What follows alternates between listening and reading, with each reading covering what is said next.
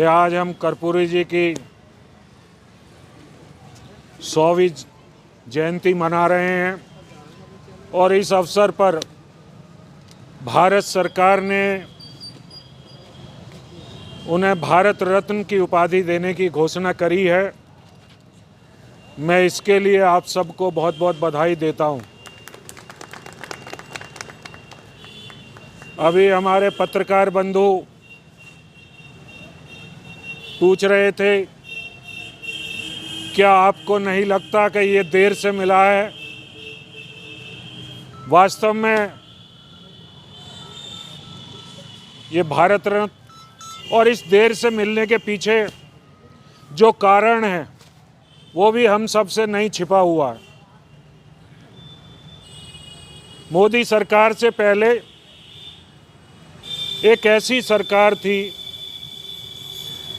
जो कर्पूरी ठाकुर जी के आदर्श रहे जीवन में, सादा जीवन उच्च विचार के,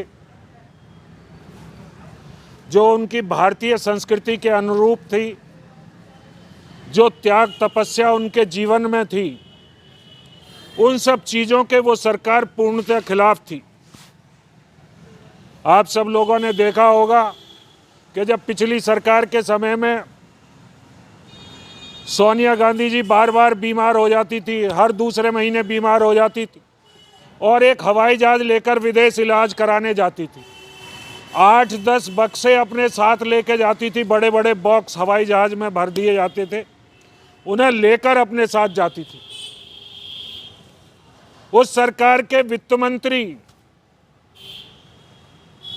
पी चिदम्बरम, उनके बंगले में 6.5 करोड़ की गोभी पैदा हो जाती थी गमलों में। सुप्रिया सुले, शरद पवार की उस सरकार के रक्षा मंत्री की बेटी, जब वो सरकार थी तो उनकी 60 बीघे जमीन में 670 करोड़ की पैदावार सालाना होती थी। अब कहाँ कर्पूरी ठाकुर जी और कहाँ ऐसे नेता? देर तो होनी ही थी। मोदी सरकार कर्पूरी ठाकुर जी के आदर्शों पे जो उन्होंने सिद्धांत तय किए, उन सिद्धांतों पर काम करने वाली सरकार है। उन्होंने घोषणा करी थी कि जो वंचित हैं, जो शोषित हैं, उन्हें उनके अधिकार मिलने चाहिए और उसी के लिए उन्होंने अपनी नीतियां लागू की हुई थी। अंग्रेजी एक षड्यंत्र थी आज़ाद भारत में। अंग्रेजी के कारण आम समाज शिक्षा ग्रहण नहीं कर पा रहा था। जब वो अंग्रेजी विषय आता था तो वो समझ नहीं पाता था।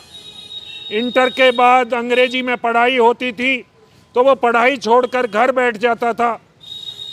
ऐसे समय पर कर्पूरी ठाकुर जी ने मुख्यमंत्री बनने के बाद अंग्रेजी शिक्षा की अनिवार्यता खत्म करी और किस प्रकार से हिंदी में पढ़ाई हो, इसके लिए प्रयास किए गए।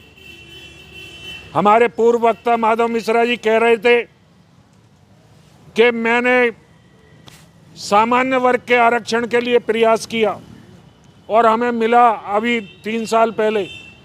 मैं आपको जानकारी देना चाहता हूं कि ये आरक्षण कर्पूरी ठाकुर जी ने सन 77 में ही दे दिया था।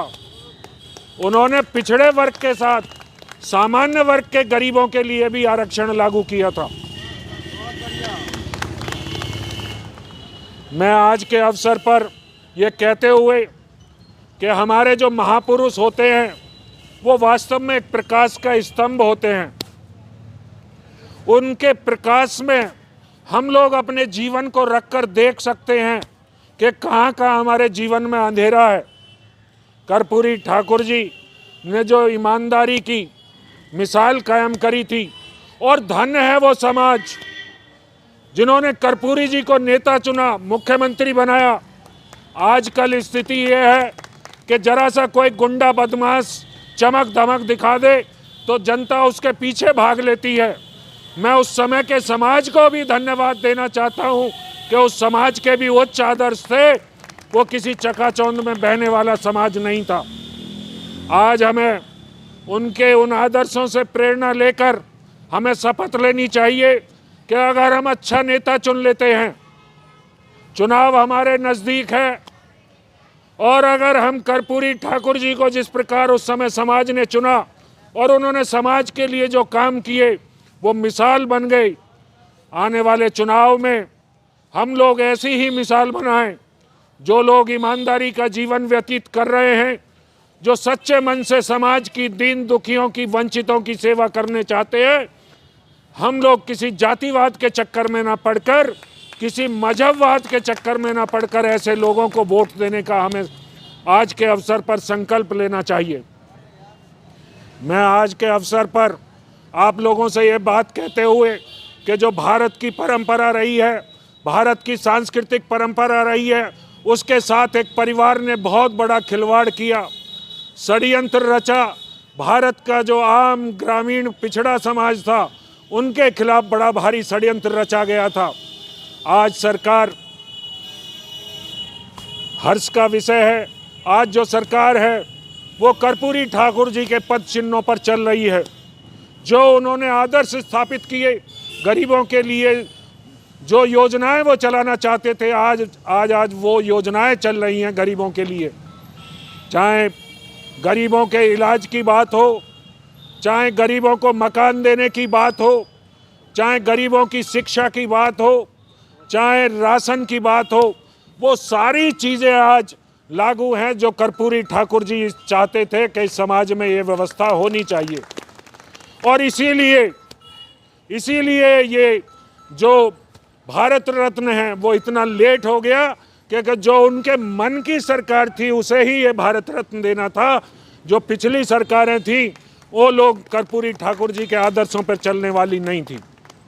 मैं आज के अवसर पर बहुत ज़्यादा बात ना कहते हुए इस आयोजन को करने वालों को बहुत बधाई देते हुए कि वो ये आयोजन करके समाज के सामने एक आदर्श उपस्थित कर रहे हैं, हमारे नौजवान पीढ़ी के सामने अवसर प्रदान कर रहे हैं कि अपने महान नेताओं के आदर्शों को अपने जीवन में उतार सके।